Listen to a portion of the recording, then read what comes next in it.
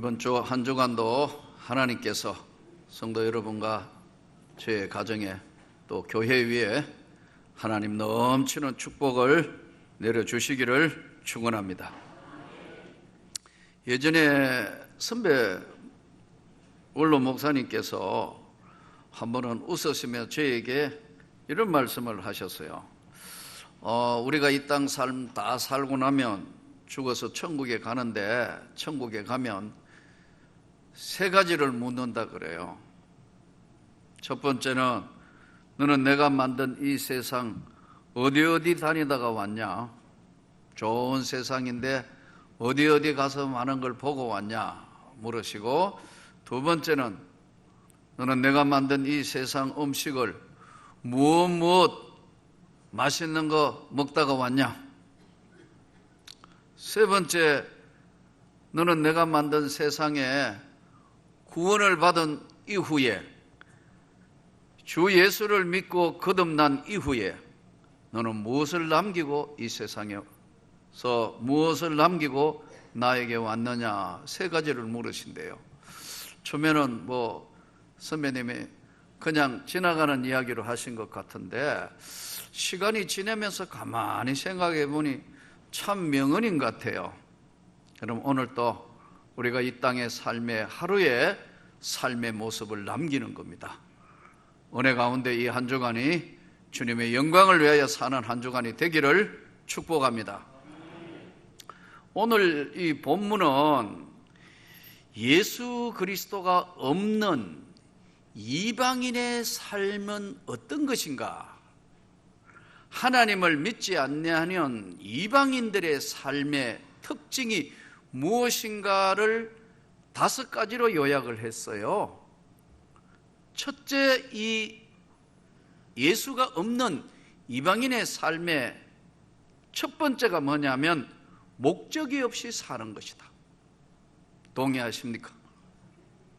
가만히 지나고 보니까 그러므로 내가 이것을 말하며 주 안에서 증언하노니 이제부터 너희는 이방인이 그 마음에 허망한 것으로 행한 같이 행하지 말라. 목적지 없이 산다는 거예요. 이방인의 삶이.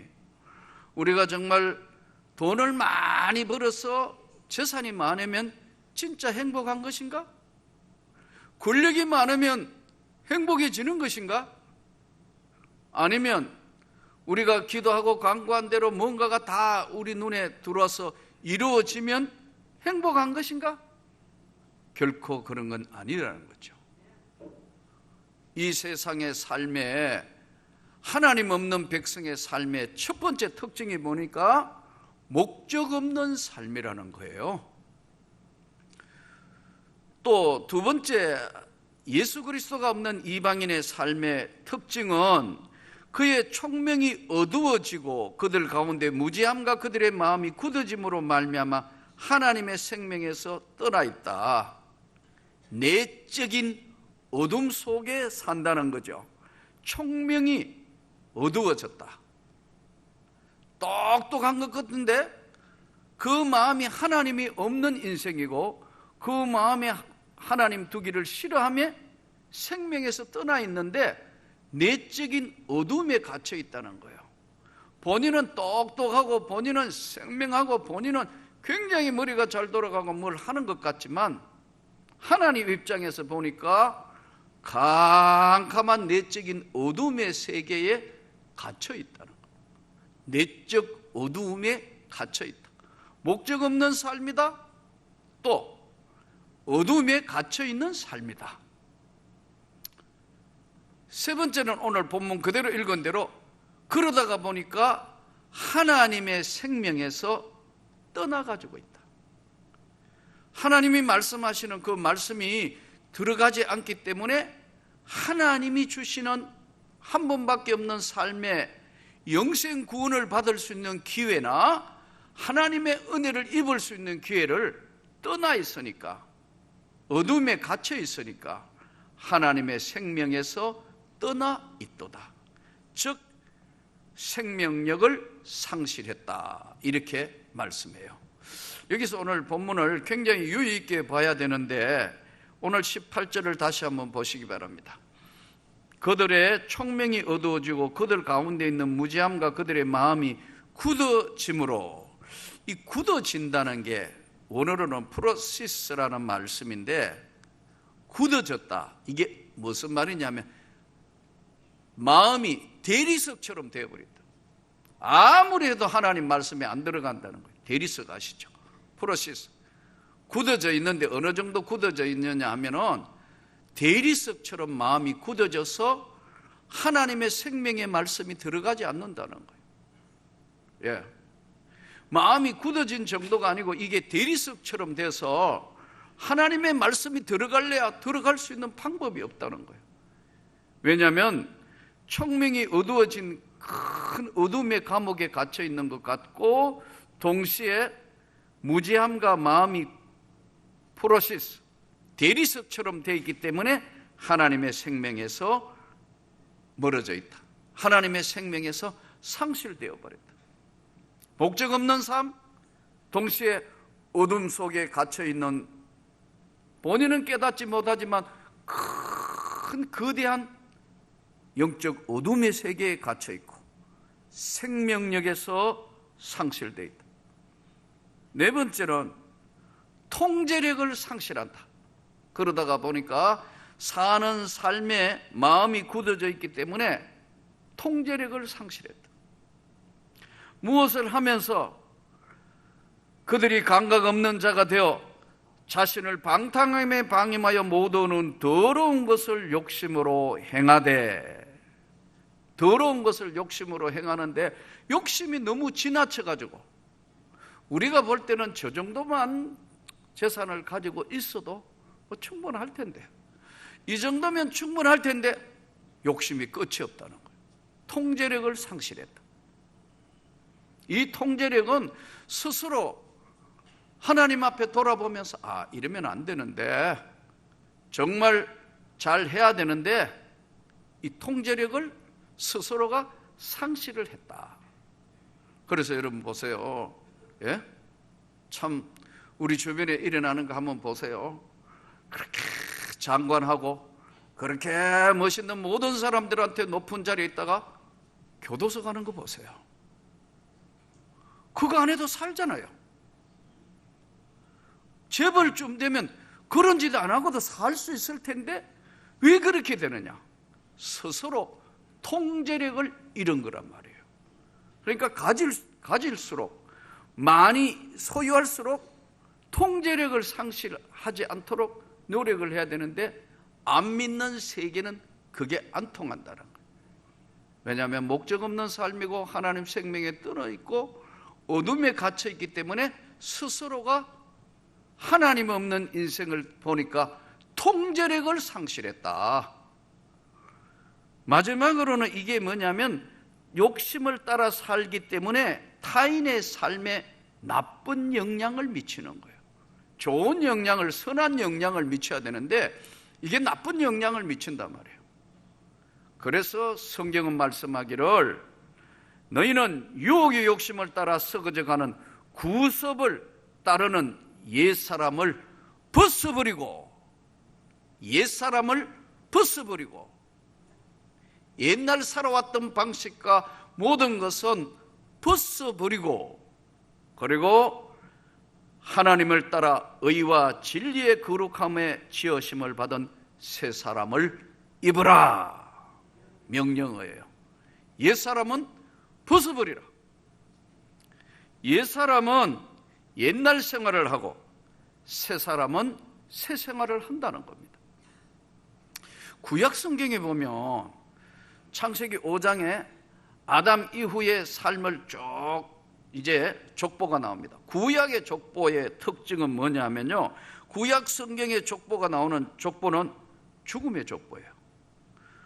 누가 누구를 낳고 누가 누구를 낳고가 아니고 누구를 낳고 죽었더라. 무드셀라 969세를 살았는데 누구를 낳고 죽었더라. 죽은 이야기예요. 죽고런데 신약 성경이 예수 안에 오면서 낳고예요. 구약 성경은 죽고, 신약 성경은 예수 안에 있는 자에게 태어난 삶은 낳고 새 생명이에요. 과감하게 옛사람을 벗어버리기를 축복합니다. 이것은 명령을 하는 거예요. 옛습관 구습을 따라 욕심을 따르는 옛사람을 벗어버리라. 예수를 잘 믿는, 오래 믿는, 몇 대를 믿은 가정들이 아무것도 아닌 것 같지만요, 흘러오는 은혜가 있습니다. 지켜온 하나님의 축복의 손이 그 안에 있어요. 그래서 대부분 목사님들이 결혼을 할 때 단대 믿는 가정이냐, 몇 대를 믿은 가정이냐 묻는 이유가 거기 있어요. 몇 대를 이은 가정에는 다 쌓아놓은 은혜와 흘러가는 하나님의 축복의 강의 길이 있어요. 아브라함과 이삭과 야곱과 요셉에게 베푸신 하나님의 축복의 강이 흘러가는 게 있다고요. 그래서 왜 몇 대를 믿은 가정이냐, 그 몇 대를 믿은 가정인데 잘 믿는 가정이냐 하는 이유가 거기 있다고요.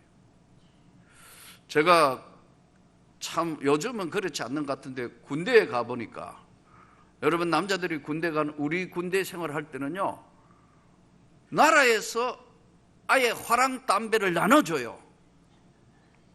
뭐 좋은 거라고 그걸 나눠준다고, 여러분. 아예 그래 나눠주니까 내무반 안에도 여러분 큰 재떨이가 화분만 해요. 2개 갖다 놔둬. 저 앞쪽에 뒤에 그 소대병력들이 있는데 자고 하는데 대부분 여러분 군대 가가 담배 피우는 거예요. 뭐 빠른 애들은 고등학교 때부터 피웠지만 보면 이게 보면 그 군대 가가지고 자꾸 안 하던 담배까지 다 피우게. 왜냐하면 국가가 공짜로 화랑담배 나눠주니까. 근데 진짜 예수 믿는 애들은 보니까 다 그거 화랑담배 다 모아가지고 PX 가서 돈으로 바꾸든지 해가지고 그거 주일날 가서 하나님 앞에 예배드리며 헌금하더라. 그리고 집에 가는데 차비로 서기도 하고, 또 뭐 1년 내내 모았던 애들은 집에 부모님 용돈으로 갖다 주기도 한다고. 그래서 제가 물어봤어요. 군생활에 뭐가 제일 애로사항이 많냐 하니까 내무반에 제발 담배 안 피웠으면 좋겠다. 근데 그게 마음대로 됩니까? 국가에서 공짜로 나눠주니까 계속 피워야 되니까요. 안 피우는 사람이 얼마나 힘드는지 모르잖아요. 그러니까 예수를 일찍 믿는 가정에는 술이나 담배라는 이게 뭐 구원하고는 관계없다 하지만 경건생활하는 데는 이게 안 맞는 거거든요. 예. 제 경우는 아무도 예수 안 믿는 집에 살았으니까요. 당연히 퍼마시는 거 이게 당연한 걸 알았다고. 그러니까요, 나도 퍼마시기 시작했죠. 아무도 부담이 없으니까.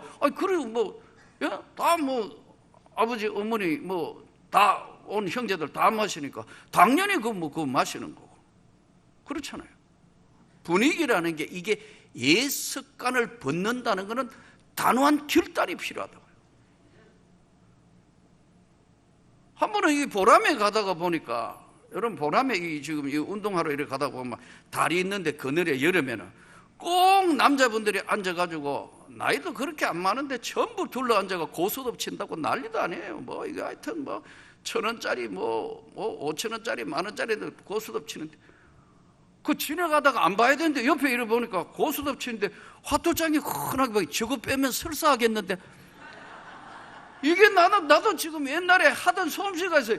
지나가다가 그게 눈에 들어오는데, 아차, 이게 여러분 지금 은혜 받고 난 데는 지금 30몇 년 동안은 제가 그랬잖아요. 한 잔에 30억을 준다 해도 안 먹는다. 이제부터는 하나님 싫어하시는 건 안 한다. 보지도 않을 거다. 원칙을 지켜왔단 말이에요. 근데 그 옛날에는 잡기에 능하다가 보니까 고스톱도 옛날에는 다 쳐봤다고.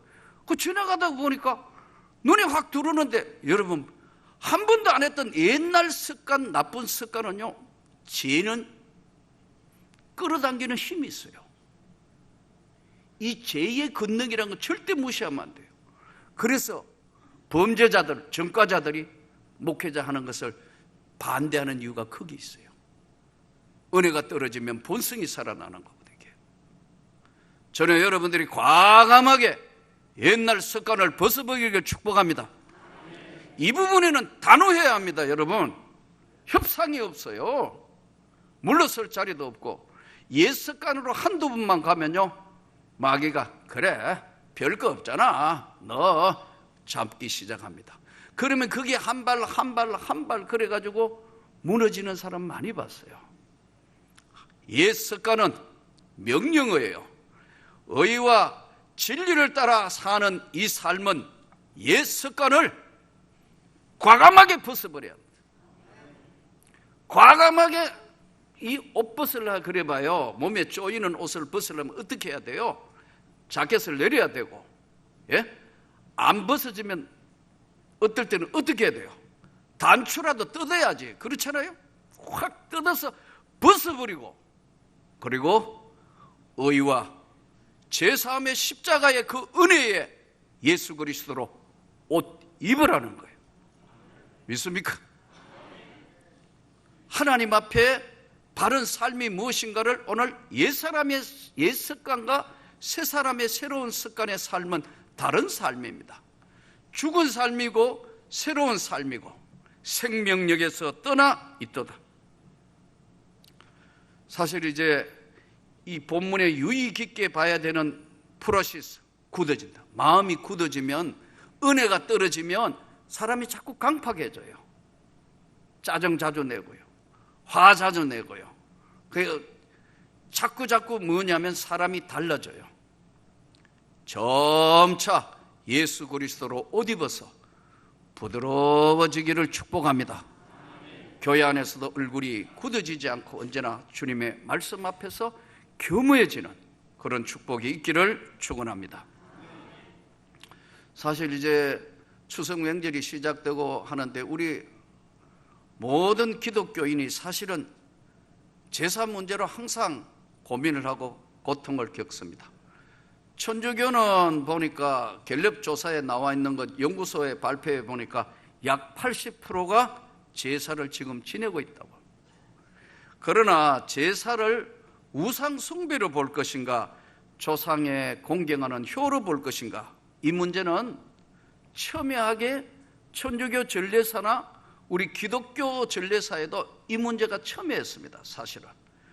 그래서 사실은 1552년 그리고 1610년까지 중국 명나라에 천주교를 전례했던 마테오 리치, 역사에 나오는 신부죠. 중국 옷 착용했고 중국 유교식으로 이제 제사를 지내고 다 한 거예요. 교황청에 허락을 해달라, 이는 효를 표시하는 거다, 이렇게 했다고. 그런데 그 천주교가 허용을 하다가 1631년부터 1633년에 프란체스코 이제 회의에서는 이 사람들은 우상 숭배로 원칙을 정했어요. 더더군다나 1645년에 교회 역사를 보면 이노센트 10세가 위반하면 신부고 뭐고 다 파문하겠다. 한번 허용했다가 허락했다가 허용했다가 허락했다가, 이걸 원칙이 없이 여러분 회의, 어떤 사람 교황되고 회의해가 괜찮아 하다가 안 돼 파문해, 괜찮아 했다가 파문해, 왔다 갔다 한다. 그러다가 보니까 우리나라의 기독교 천주교 역사에 보세요. 사화, 엄청난 선교자가 나오게 되고 그 끝에 이제 기독교가 복음이 전해지면서 교회 역사가 시작되는데 1893년부터 이제 서서히 왔다 1895년에 여기 지금 내려가다가 보면 사진에 있는 마펫 선교사 네비우스 저술이라는 걸 쓰면서 거기에 세례 문답 및 생활 안내서에 조상을 숭배하는 것은 좋지만은 잘못된 효도 정신은 맞지 않다, 이렇게 명확하게 했어요. 여러분, 그래서 여러분들이 제사 문제로 이번에도 시험에 드는 사람이 없기를 축복합니다. 지혜롭게 해야 합니다. 지혜롭게. 예? 가족들하고 부딪히도 안 되고 지혜롭게 하되, 여러분들이 이번 기간이 만나서 정말 하나님 앞에 귀한 복음이 전거되도록 가족이 다 예수 믿는 놀라운 축복이 일어나도록 기도하시고 그렇게 되기를 축복합니다. 감리교도의 스크랜톤, 여기 내려가시면 지금 1층에서 2층 올라오는 사이에 맥클레턴, 이분도 이 맥클레이 저술이라는 거, 거기에서 세례문답 1조에 정말 이 제사 문제는 조상의 효를 강요하는 건 하지만은 혹시라도 혼령으로 인하여 조상 혼령을 숭배하는 것으로 해서는 안 된다, 명확하게 정리를 해놨어요. 아직도 우리가 예수 안 믿는 가정이 다 돌아오기는 많은 시간이 필요한데 여러분들이 지혜롭게 잘 할 수 있기를 축복합니다. 그래서 제사 문제 가족과 싸우지 말고 다투지 말고 피하고, 또 가정이 다 이제 복음화되면 추도 예배를 드리기도 하고 가족들이 모여서 최고의 날들이 되기를 축복합니다. 제 경우도 몇 차례 말씀드렸습니다만은 아무도 정말 안 믿는 가정에 목사로 출발하여 정말 어려움이 많았습니다. 명절은 나에게 가장 무거운 짐이에요. 제사 다 끝나고 항상 가니까요. 그런 수많은 날들을 통해서 30년이 지냈는데 몇 년 전부터 우리 가정이 드디어 추도 예배를 드리는데 얼마나 감사한지 모르겠어요. 근데 처음 추도 예배를 드릴 때는, 요즘은 추도 예배 드리면 그래도 드릴만 해요. 찬송도 따라하고 막 부드러운데, 야, 첫 해에 추도 예배 드리는데 난 등에 식은땀 내면서 예배 드리기는 처음이에요. 10명 둘러 앉아가 있는데, 예? 이 순서지 가져와가지고 하는데 아무도 입도 안 띈단 말이에요. 분위기가 얼마나 내려누리는 분위기인지 제가 우리 집사람 보고 가면서 기도하니까 절대 시키지 말아요. 왜냐하면 부담스러우니까. 그래가지고 예배 인도하며 기도하며 찬송하며 북치고 장구치고 다 하는 겁니다, 여러분. 아무도 지금 없는데 주기도문 하고 나면 정말 힘들고 어려운 추도 예배가 지금은 똑같은 찬송만 계속 부르니까 주 안에 있는 나에게 딴 근심이 있으랴, 다 아는 찬송 바꾸면 못 따라하니까 계속 따라 하다가 보니까 이제는 익혀져 가지고 얼마나 잘 따라하는지 요즘은 뭐 아주 부드럽고 그냥 좋아요. 시간이 필요합니다, 여러분. 지혜가 필요합니다. 이번 기회에 온 가족에게 복음이 전거되기를 축복합니다. 옛 사람을 벗어버린다는 것이 옛날 습관을 내가 되돌리고 바꾼다는 거예요. 여러분, 특별히 이번에 멀리 운전하러 가시는 분들, 운전은 두 종류 때는 절대로 운전하면 안 돼요. 하나는 첫째, 음주운전 하나 절대 안 돼요. 예수 진짜 잘 믿는 여러분들은 음주운행 할 일이 절대 없겠지만, 음주운행하면 정말 이것은 국가적으로도 처벌하겠지만 절대 안 되는 거예요. 두 번째, 여러분들이 정말 화가 나가 있고 너무너무 화나가 분이 나서 스스로 절제가 안 될 때는 운전하시면 안 돼요. 사고 나요. 제가 어떤 권사님 글을 한번 읽었는데 보니까 자기가 너무너무, 그분은 화난 게 아니고 너무너무 바빠서 그날 아침에 막 차를 몰고 가는데 뒤에서 버스가 계속 빵빵빵빵빵빵 하는 거예요. 자기도 차선대로 따라가는데 노선 버스가 계속 빵빵 하니까 목사님이 그랬대요. 어지간하면 양보해주고 운전할 때는 마음의 여유를 가지고 그렇게 하라. 목사님 하시던 말씀이 생각나서 차선을 바꾸어주고 비켜주니까 버스가 막 급하게 앞으로 가더래요. 그래서 이제 다시 차선을 제가 쭉 따라가는데 급하게 가던 버스가 그날 성수대교가 무너지는 날이었어요. 버스가 날아가 눈앞에서. 버스가 눈앞에 날아가 버려서 자기는 겨우 그 부서지는 다리 앞에서 겨우 섰는데 다리가 후들거려서 내려올 수가 없더래요. 그 이후에 그 광경을 보고 난 뒤에 오랜 동안 트라우마로 남아있었다고 그런 고백글을 읽은 적이 있어요. 여러분, 오늘 아무것도 아닌 것 같지만 과감하게 맞지 않는 옛사람은 벗읍시다. 이 옛날 옛습관은 우리를 죄로 끌어오는 강한 힘이 있어요. 30년 잊어버렸는데도 한순간에 원위치할 수 있는 이 죄에는 강한 유혹과 권능이 있습니다. 이것을 이길 수 있는 것은 오직 십자가의 은혜만 가능하다. 주 앞에 붙들려 있을 때만 가능하다. 내 힘이 아닌 성령이 나를 지켜주시고 나와 함께 하시는 그 하나님의 은혜가 나에게 함께 있으므로 의와 새 사람을 입어라. 이번에 만나는 모든 사람에게 주님의 복음이 전거되고 한 주간 동안 하나님이 기뻐하시는 삶이 저와 성도 여러분 모두에게 진심으로 일어나기를 축복합니다.